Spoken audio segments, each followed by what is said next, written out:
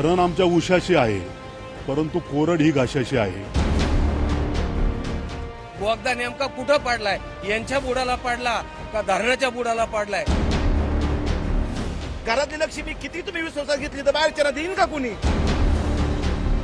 आमच्याकडूनच गदारी करून तिकडे गेलेले त्यांच्याकडे निष्ठा आहे कुठं.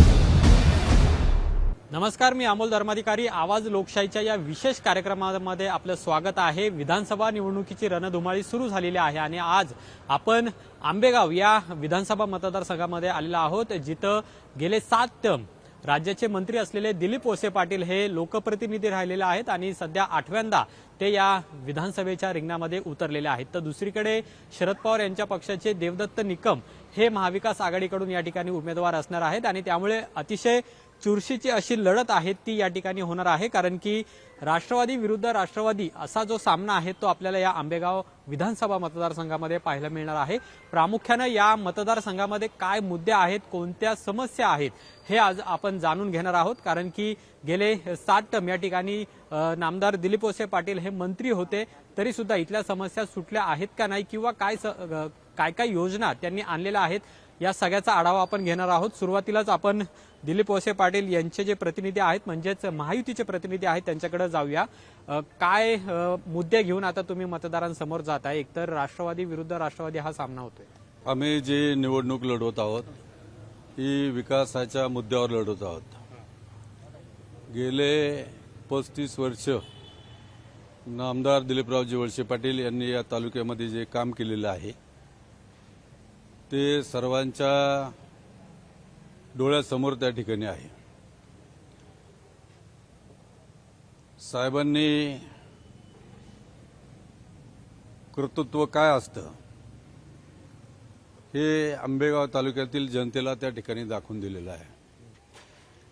कर्तव्य करत असताना ज्या मूलभूत सुविधा आहेत, मग त्याच्यामध्ये रस्ते असेल, आज आंबेगाव तालुक्यातील प्रत्येक गाव हे डांबरी रस्त्याने जोडलेलं आहे.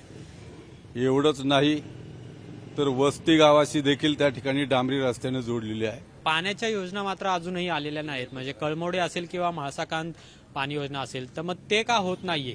निधीची उपलब्धता ही सर्वात महत्वाची गोष्ट त्या ठिकाणी असते. सगळ्या महाराष्ट्राचं बजेट काय आंबेगाव तालुक्याला देणार नाहीत. एक एक योजना पूर्ण करत असताना साहेबांनी काही कामं जी प्रलंबित राहिलेली आहेत या कामावर देखील त्या ठिकाणी लक्ष आहे. आणि 1990 पूर्वीचा जर तुम्ही तालुका बघितला तर 1990च्या पूर्वी ज्या घटना घडलेल्या नाहीत किंवा ज्या गोष्टी घडलेल्या नाहीत त्या आज आपण घडलेल्या त्या ठिकाणी पाहतो. मी कामांचा पाढा वाचलेला आहे, हे सगळं त्यांनी सांगितलेलं आहे. हे सगळं खरं आहे का, झालेलं आहे का? त्यांनी जे सांगितलेलं आहे जवळपास 30-35 वर्षाचा त्यांनी आता कालखंड या ठिकाणी सांगितला. आता परवाच दिवशी आम्ही तळेघर या ठिकाणी गेलो होतो. जवळपास 1,500 महिला त्या ठिकाणी जमल्या होत्या. आणि पाण्याचा प्रश्न तुम्ही जे बोलले ते बरोबर योग्य आहे. पाण्याचा प्रश्न अद्याप देखील 30-35 वर्षामध्ये सुटलेला नाही. कारण त्या महिलांचं जे म्हणणं होतं, 1,500 ते 2,000 महिला त्या ठिकाणी जमल्या होत्या. त्याच्यातल्या प्रत्येक गावातल्या प्रतिनिधी, मग सरपंच असेल, कुणी अध्यक्ष असेल, त्यांचं म्हणणं हे होतं की 35 वर्षापूर्वी आमच्या डोक्यावरचा जो हंडा आहे तो आज देखील आम्ही त्याच पद्धतीने पाण्याचा हंडा हा आमच्या डोक्यावरती आहे. 5-5 ते 10-10 किलोमीटरवरतून आम्हाला त्या ठिकाणून पाणी आणायला लागते. म्हणजे धरण आमच्या उशाशी आहे, परंतु कोरड ही घाशाशी आहे. असा प्रकार 35 वर्षामध्ये, म्हणजे यांना ज्या वेळेला 7 मंत्रीपदं भेटली, विधानसभेचे ते अध्यक्ष होते, त्यांना भरपूर असं काही करता आलं असतं. परंतु ह्या 35 वर्षामध्ये ते आदिवासी भागातील महिलेचा हंडा देखील त्या ठिकाणी उतरू शकले नाही. उत्तर द्या तुम्ही. म्हणजे महाविकास आघाडीकडून जे आरोप केलेले आहेत त्याला काय उत्तर आहे? कामं झालेली नाहीत. महत्वाचा मुद्दा हा पाण्याचा आहे. आदिवासी पट्ट्यातला जो पाण्याचा प्रश्न आहे, वास्तविक पाहता त्यांनी जी माहिती दिली जी चुकीची आहे. ज्या टायमाला घोड नदीचा उगम भीमाशंकरपासून ते रंगूनपासून खाली होतो, मग त्यामध्ये हिलेवाडी असेल, साकेरी असेल, पाटण असेल, फलोदे असेल, खाली दिग्गज असेल, ही डिंब्यापर्यंत येतं. डिंब्याच्या धरणात जे धरण आहे त्या धरणापासून त्याचा शेवटचं जे टोक आहे ते कमीत कमी 40-45 किलोमीटरचं टोक आहे. आणि हा तिथला पाण्याचा प्रश्न साहेबांनी लक्षात घेऊन बुडीत बंधारे हे अनेक त्या ठिकाणी झालेले आहेत, परंतु त्या धरणाची जी नदीची पातळी आहे ती नदीची पाण्याची पातळी विचारात घेता तिथपासून त्या गावाचं अंतर किंवा तिथल्या वाडी वस्तीचं अंतर जर बघितलं तर आज तुम्ही जर जांभोरी या ठिकाणी गेलात, जांभोरीमध्ये प्रत्येक घरामध्ये त्या ठिकाणी पाणी साहेबांच्या माध्यमातून पुरवलेलं आहे, परंतु जांभोरीमधून कळंबईला जर गेला तर कमीत कमी 3.5 किलोमीटरचा तो पट्टा खाली आहे आणि जे पाणी साधारणतः जे 11-12 टीएमसी पाणी धरणामध्ये येतं ते दिवसेंदिवस कमी त्या ठिकाणी होत जातं, वरची पातळी खाली येते आणि तो प्रश्न आहे. परंतु त्याच्यामध्ये सुद्धा आज बहुतांशी गावामध्ये पिण्याचं चांगल्या पद्धतीनं पाणी त्या ठिकाणी मिळतं. पाण्याची समस्या नाहीये. ठीक आहे, पाण्याची समस्या सातगाव पठरव काही अंशी त्या ठिकाणी तो मुद्दा आहे, परंतु कळमोडी धरण पहिलं काय काम होतं, त्या ठिकाणचं धरण बांधणं गरजेचं होतं. ते धरण बांधून कंप्लीट झालेलं आहे. तुम्ही त्या धरणामध्ये गेला, आजही पाणी साचलेलं आहे. फक्त आता ते पाणी त्या ठिकाणी बाहेर त्या ठिकाणी जनतेला किंवा लोकांच्या शेतीला द्यायचंय. त्याच्यावर सुद्धा निश्चितपणानं आमच्या सर्वांचा तालुक्याचा विश्वास साहेबांनो आहे. ते सुद्धा काम येत्या काही दिवसामध्ये निश्चित मार्गाला लागेल. दुसरा एक मुद्दा, डिंबे धरणाच्या बोगद्याला सुद्धा विरोध आहे. स्वतः वळसे पाटलांनीच त्याला विरोध दर्शवलेला आहे. तर का विरोध आहे तुमचा? दुसरीकडे तुमचे जे विरोधक आहेत ते मात्र ते करण्यावर ठाम आहेत. वळसे पाटलांचा विरोध पाण्यासाठी नाहीये, पण त्या बोगद्याची जी उंची आहे त्याला 100% विरोध आहे. कारण आज आदरणीय वळसे पाटील साहेबांनी 35 वर्ष कष्ट करून तालुक्याला सुजलाम सुफलाम बनवलंय आणि त्या धरणावर जर 1 मीटर खोलीवर जर बोगदा केला तर आज आमचा तालुका ओसाड होईल. हे भविष्याची चिंता करून साहेबांनी त्याला विरोध दर्शवलाय. पण साहेबांचा आजही विरोध खाली जे 1 मीटरवर बोगदा होणार आहे त्याला विरोध आहे. 11 मीटरच्या बोगद्याला विरोध नाही. जे पाणी ओव्हरफ्लो होणार आहे तेच साहेबांची इच्छा आहे. ते सगळं पाणी नगरला न्यायचंय म्हणून सगळा खटाटोप चालू होता मध्यंतरी. हो बरोबर आहे ना, मग त्यासाठीच हे चाललेलं आहे. साहेब आज जनतेच्या मागे ठामपणे उभे आहेत, कारण महत्वाचा प्रश्न पाणी आहे. आंबेगाव तालुक्याने 35 वर्ष जे सुजलाम सुफलाम आंबेगाव तालुका दिसतोय हा साहेबांमुळेच दिसतोय आणि साहेबांनी त्यासाठी अतोनात कष्ट केलेत. आणि या कष्टावर जर पाणी फेरायचं काम कर्जत जामखेड करत असेल तर साहेबही तयार होणार नाहीत, ही जनताही तयार होणार नाही. आपण पुन्हा एकदा राष्ट्रवादी काँग्रेस शरद पवार पक्षाकडे जावं. तुमच्यावर आरोप होतोय की रोहित पवारांनी हे सगळं घडवून आणतात, त्यांना नगरला पाणी नाही. की बोगद्याच्या संदर्भामध्ये मागणी करणारे साहेबच होते आणि बोगद्याच्या संदर्भामध्ये रद्द करणारे साहेबच होते. विषय असा आहे की पाण्याच्या संदर्भात जर आपल्याला बोलायचं असेल, एक मिनिट बोलू द्या. पाण्याच्या संदर्भामध्ये विषय असा आहे की जर नाही बोलू द्या ना,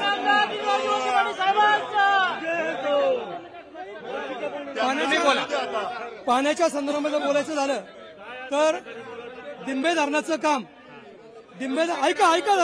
ऐका जरा तुमच्याकडे आल्यावर तुम्ही बोला. 2 मिनिटं.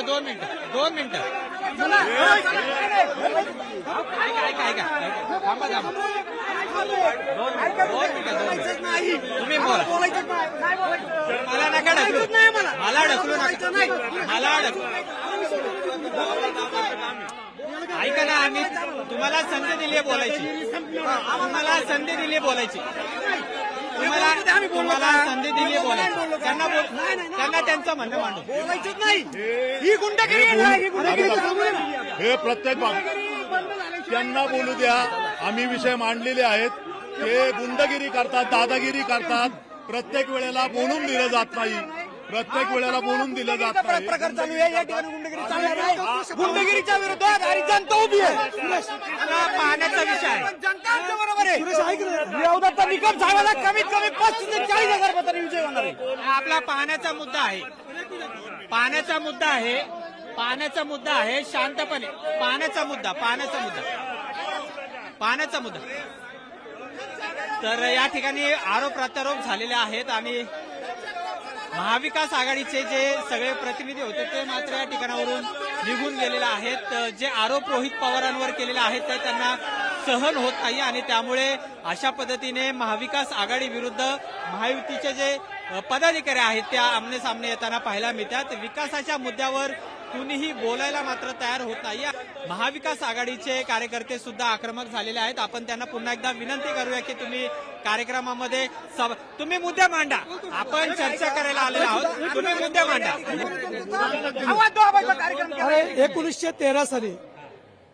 1913 साली माणिकडो वडच ही जी धरणं ही डिपा धरण हे सगळं पवार समाजाच्या माध्यमातून झालं आणि याच्यामध्ये हा ब्रिटिशकालीन सर्वे 1913चा त्याच्यानंतर 74-75 साली डिंबे धरणाचा त्या प्रकल्पामध्ये समाविष्ट केला. त्यावेळेला आपले महाशय कुठं नव्हते. बरं, आता हे कामांचं झालं. आता पुढे तुमचे जे उमेदवार आहेत देवदत्त निकम, हे काय मुद्दे घेऊन तुम्ही जनतेसमोर जात आहे? सगळ्यात महत्वाची गोष्ट आहे की सध्या लढाई ही जी चालू आहे ही निष्ठा आणि गद्दारी या दोन मुद्द्यावर लढली जाणार आहे. निष्ठा आणि गद्दारी. त्यांनी आता तुमच्याकडे आलेलो आहोत, 2 मिनिटं थांबा. त्यांनी आरोप केलेले आहेत ही जी लढाई आहे ही लढाई ते बोलायचे ते समोर बोललं पाहिजे, खरं बोललं पाहिजे. आलं का लक्षात? तुम्ही ज्यांच्याशी बोलताय ते 35 वर्ष साहेबांच्याच गाडीत बसलेले. आलं का लक्षामध्ये? त्यांनी बोलायचं, समोर बोलावं. खरं म्हणतायत निष्ठा विरुद्ध गद्दारी असा सामना आहे. निष्ठा विरुद्ध गद्दारी असा सामना आहे. अहो, निष्ठा आहेच आमची, पवार साहेबांच्या प्रती आहेच. पण तुम्ही एक सांगा, हे जर विकासाच्या मुद्द्यावरून आता जे पळकुटेपणा आहे हा, ही कोणती पद्धत आहे? आज इथं आंबेगाव तालुक्यामध्ये 2600 कोटी निधी साहेबांच्या माध्यमातून आला. या मंचर शहरामध्ये 85 कोटी निधी आला. म्हणजे आज ही सर्वसामान्य जनतेची कामं होत असताना विरोधकांच्या डोळ्यात हे फक्त खुपतं की एवढा विकास होतोय. आपल्याकडे स्वतःनी काय, कोणत्या रस्त्याला कुठं खर्च केलाय का काय केलंय? आज उमेदवार जे समोरचे आहेत त्यांचे मुद्दे काय आहेत? त्यांच्याकडे विकासाचं कोणतं विजन आहे? ते साहेबांकडेच होते. गद्दारीची भाषा करतात. हे आमच्याकडूनच गद्दारी करून तिकडे गेलेले आहेत. त्यांच्याकडे निष्ठा आहे कुठं? ते आमच्याकडूनच गेलेत तिकडं. त्यांनी काय गद्दारीची वार्ता करता? 35 वर्ष साहेबांच्या गाडीत बसले ते. आणि निष्ठेची वार्ता आलं का लक्षात? साहेबांच्या शेजारच्या खुर्चीवर होते 35 वर्ष हे, आणि हे आम्हाला निष्ठाने शिकवतात का? काय निष्ठा शिकवतात आम्हाला ते? रोहित पवार आणि अमोल कोल्हे यांनी, विद्यमान खासदार यांनी फक्त ना हे करून दाखवा. त्यांनी सांगावं का खालून बोगदा नेणार नाही, एवढंच जनतेची मागणी आहे. रोहित पवारनी सांगावं सभेत येऊन इथं. मला निवडून द्या, मी तिकडून बोगदा आपलं पाणी जातंय, त्यांना कळत नाही का आंबेगाव तेवढ्या लोकांना? रोहित पवारचं भाषण परत येईल. भाजपची काय भूमिका आहे? मुद्द्याला मुद्दा असावा, खोटा आरोप करण्यापेक्षा सत्यता मांडावी. समोरच्या उमेदवाराचं 5 वर्षाचं विजन काय असावा, मी काय करील, जनतेसाठी काय करील, शेतकऱ्यांसाठी काय करील, हे मुद्दे मांडावत. विनाकारण काहीतरीच खोटं बोलून उगाच वाद वाढून आमच्यावर आरोप करण्यापेक्षा त्यांनी मुद्दा मांडण्यासाठी ठामपणे उभं राहावं. या मैदानातून कुठं जाऊ नये. तुमची जर खरी भूमिका असेल तर पळायची तुम्हाला गरज नाही. काय असेल ते ठासून आणि ठोकून सांगा. पण पळ काढल्याच्या नंतर संशय येतो का यांच्याकडे मुद्दा नाही, यांच्याकडे विजन नाही. उमेदवारांनी सांगावं मी 5 वर्ष काय करणार. तुमच्याच उमेदवारांनी बंडखोरी केलेली आहे. तुमच्याच पक्षाच्या एका महिला उमेदवारांनी बंडखोरी केली. उद्धव बाळासाहेब ठाकरे पक्षाच्या महिला उमेदवारांनी बंडखोरी केलेली आहे. आम्ही आपल्या महाराष्ट्राचे कर्तबगार मुख्यमंत्री एकनाथ शिंदे साहेब यांच्या सोबत असणारी शिवसेना आहे आमची. आणि ह्या आंबेगाव तालुक्यामध्ये शिवसेनेने अनेक वेळा राष्ट्रवादीच्या विरोधात त्या ठिकाणी निवडणूक लढवलेली आहे. शिवसेनेची आणि भारतीय जनता पार्टीची या आंबेगाव तालुक्यामध्ये खूप मोठी ताकद आहे. आणि हे दोनच पक्ष या तालुक्यामध्ये मोठ्या प्रमाणात काम करणारे. आता उमेदवार राष्ट्रवादीचे, उमेदवार राष्ट्रवादीचा जरी असला तरी आमचे पक्षप्रमुख आदरणीय मुख्यमंत्री एकनाथ शिंदे साहेब हे विकासाचं राजकारण करणारे आहेत. त्यांनी नेहमी विकासाला साथ द्यायचं ठरवलेले आहे. काय भूमिका मांडते? सर्वसामान्य जनता ही सर्वांचा विकास पाहण्यासाठी आली असती. हे या ठिकाणी आल्यानंतर आपल्या पक्षाची भूमिका स्पष्ट करायची असते, आपलं विजन स्पष्ट करायचं असतं. विरोधी पक्ष प्रत्येक वेळेला येतो, वादाच्या याला ते बोट घालतं आणि मग सत्ताधारी पक्षांनी काही चुकीचं गेलं तर तालुक्यामध्ये दशे झाली ह्या विचारावे तालुक्यात नाव खराब करायचं काम करतात. आता आदरणीय तालुक्याचे अध्यक्ष ज्यावेळी बोलले ते विकासावर बोलले, काय केलं काय करायचे, त्यांना तुम्ही संधी दिली, त्यांनी सुद्धा प्रामाणिकपणे विकासावर बोलायला लागत होतं. गुंडागिरी दडपशाही हे वाक्य वापरायला नव्हतं लागत. हे पहा, हा तालुका आदरणीय दिलीप वळसे पाटील साहेबांना मानणार आहे आणि त्यांना मानल्यामुळे प्रत्येकाची आज प्रगती कशी झाली, प्रत्येक जण सुधारित वागायला लागला, आपापली वागणूक बदलायला लागला. धरणाचं पाणी प्रत्येक बंदराला पाणी लागतंय. दोन्ही कॅनोला 1 वर्ष जरी आंबेगाव तालुक्यात पाऊस पडला नाही तरी सुद्धा या तालुक्यामध्ये कोणत्याही प्रकारची पाण्याची कमतरता होणार नाही. कालच रोहित पवारने बाईट दिली का आंबेगाव तालुक्या लोकांना विश्वासात घेऊन आम्ही धरण बोगदा मंजूर केलेला आहे. विश्वासात म्हणजे काय? घरातली लक्ष्मी किती तुम्ही विश्वासात घेतली तर बाहेरच्या देईन का कुणी? ही आमची लक्ष्मी, पाणी आमची लक्ष्मी, याच्यावरती आमची उपजीविका चालली आहे आणि ते फक्त नामदार दिलीप वळसे पाटलांच्याच माध्यमातून झालेलं आहे. तुम्ही बोगदा होऊन देणार नाही कोणत्याही परिस्थितीत आम्ही आमचं नुकसान होऊन बोगदा होऊन देणार नाही. उरलेलं पाणी तुम्ही जर राहिलं तर आमची बाकीच्या जनतेला नेणं काय हरकत नाहीये. तो जो शेतकरी पुत्र म्हणून जो प्रचार करतोय, वळसे कुठला उमेदवार जो शेतकरी पुत्र म्हणून प्रचार करतो, देवदत्त निकम तर वळसे पाटील काही शेतकरी नाहीत, कारण ही जनता जी वळसे पाटलांबरोबर ही 80% जनता ही कृषीचे शेतकरीच येतं आंबेगाव तालुक्यातली. त्यामुळे तो नाही का फक्त कृषीनिष्ठ हा कसलाही प्रकार नाही. आणि आंबेगावचं जे पाणी आहे ते आम्ही कर्जत जामखेडला जाऊन देणार नाही. साहेब म्हणतात त्याच पद्धतीने आमची सर्व जनता ही साहेबांबरोबरच राहील. त्यांचं असं म्हणणं आहे तुम्ही गुन्हेगारीवर न बोलता विकासावर बोला. मला बोलू द्या. विषय असा आहे, विकासाचे जे काही तुम्ही बोलताय ना, मला सांगा, जुन्नर, शिरूर, खेड, हडपसर, भोसरी आणि पारनेर प्रत्येक तालुक्यामध्ये MIDC आहे. प्रत्येक तालुक्यामध्ये MIDC आहे. आणि आपल्या फक्त आंबेगावमध्ये MIDC नाही. दुसरी गोष्ट महत्वाचा विषय असा का आज एक टर्म झाली रोहित दादाची, तर त्यांनी कर्जत जामखेडसाठी MIDCचा प्रस्ताव दिला आणि प्रस्तावित ते मान्य पण करून घेतलं. आणि मग आपल्या आंबेगाव तालुक्यामध्ये जे काही आपले मुलं आहेत त्यांना रोजगार उपलब्ध झाला असता की नाही. मग इथं MIDC का झाली नाही? फक्त आंबेगावमध्ये नाही, बाकी सगळ्या चौफेर MIDC झालेली आहे. याच्याबद्दल काय बोलतंय का कोणी? मग अशा सुविधा लोकांना जर मिळाल्या काय तर लोक कशाला दूर जातील? तुमच्या पक्षातनं सुद्धा या ठिकाणी बंडखोरी करत अपक्ष उभे राहिलेले आहेत. त्याचा फटका इथल्या महाविकास आघाडीच्या उमेदवाराला बसणार नाही का? नाही, आमच्यात बंडखोर वगैरे काही झालेली नाही. जे उभे राहिले ते त्यांच्या वैयक्तिक मताने, त्यांच्या मागे शिवसेनेचा कोणी पदाधिकारी किंवा शिवसैनिक उभे पाठिंबा नाही, बिलकुल नाही शिवसेनेचा. आणि मुळात ही जी निवडणूक आहे आताची, ही गद्दारी विरोधक खुद्दारीची निवडणूक आहे. एका बाजूला गद्दार कोण, खुद्दार कोण? गद्दार आता तुम्हाला माहिती आहे, आंबेगाव तालुक्यामध्ये राष्ट्रवादी काँग्रेसमध्ये जे अजित पवारांच्या मागे गेलेले ते आताचे उमेदवार आहेत. त्यामुळे ती गद्दारी आहे. ज्या शरद पवारांनी विकासाच्या गप्पा ही लोक मारतायत, डिंबे धरणाची निर्मिती केव्हा झाली, भूमिपूजन केव्हा झालं, याच्या तारखा यांनी सांगाव्यात. यांच्यापैकी कोणाचा जन्मही इतिहास आली नसेल. जे गप्पा मारायला इथं आले ते कालचे आहेत, ज्यांना या तालुक्याच्या विकासाच्या संदर्भात लोकप्रतिनिधी निवडून दिला की त्याचं कर्तव्य असतं विकास करणं, लोकांची कामं करणं हे त्याचं प्राधान्याने काम आहे. आणि जी कामं झाली ती पूर्वीची झालेली आहे. डिंबे धरण पूर्वी झालं, त्याच्यात उजवा कालवा अर्धवट होता, तो पूर्ण करण्याचं काम वळसे पाटलांनी केलं. ज्या गोष्टी केल्या त्या आम्ही मान्य करतो. पण बेरोजगारीचा प्रचंड मोठा प्रश्न या तालुक्यात आहे. गेल्या 34 वर्षामध्ये बेरोजगारीचा एकही प्रश्न सोडवण्याचं काम यांनी केलेलं नाही. ज्या संस्था उभ्या केल्या त्या संस्थांमध्ये स्वतःच्या कार्यकर्त्यांची मुलं कामाला लावलेली आहेत. सर्वसामान्य माणसाला न्याय देण्याची भूमिका या तालुक्यामध्ये कधीही घडलेली नाही. आणि आज या ठिकाणी तुम्हाला जरी विकास कामावरती मतं मागत असताना वळसे पाटलांना मत हे भारतीय जनता पक्षाला मत, वळसे पाटलांना मत हे मोदीला मत, वळसे पाटलांना मत हे अमित शहांना मत, वळसे पाटलांना मत हे जातीवादी शक्तींना मत आहे. म्हणून या तालुक्यातली जनता जातीवादी शक्तीच्या मागे कधी जाणार नाही. कोण जिंकणार मग आंबेगावमध्ये? कोण जिंकणार ते नाही आपण सांगू शकतो. कसं तुम्ही मतदान करा?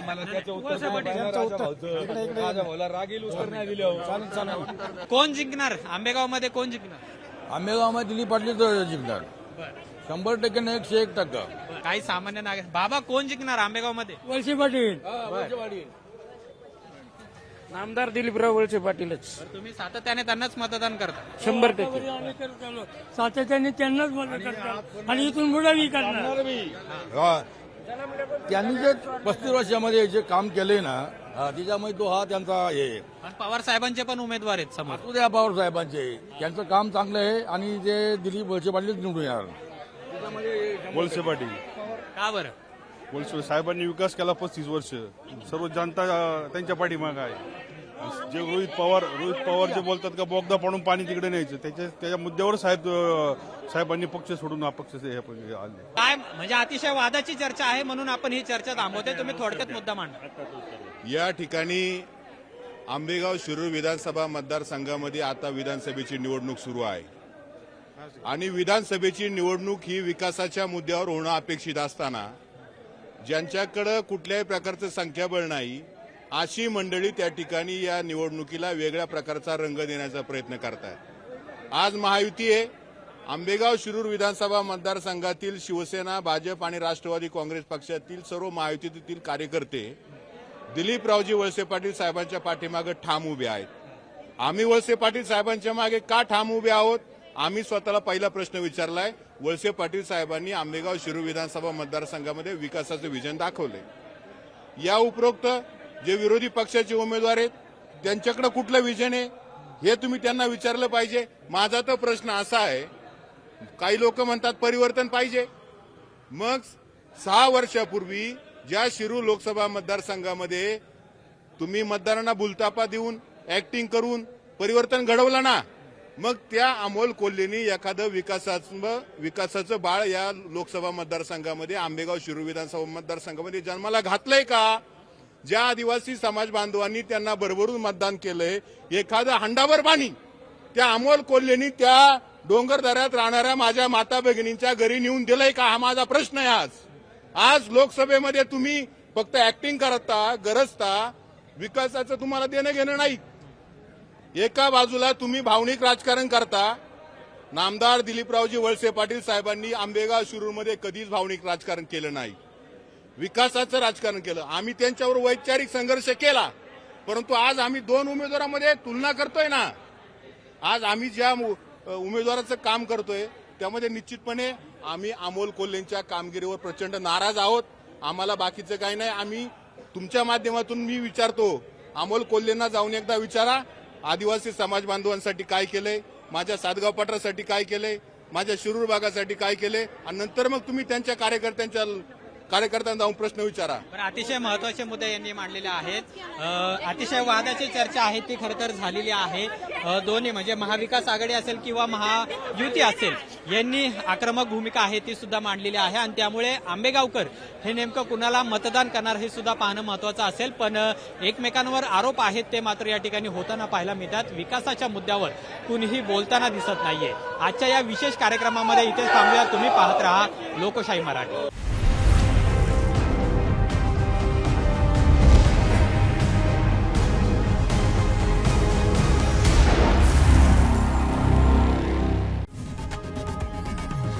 लोकशाही मराठी ऐका, पहा, जागरूक रहा.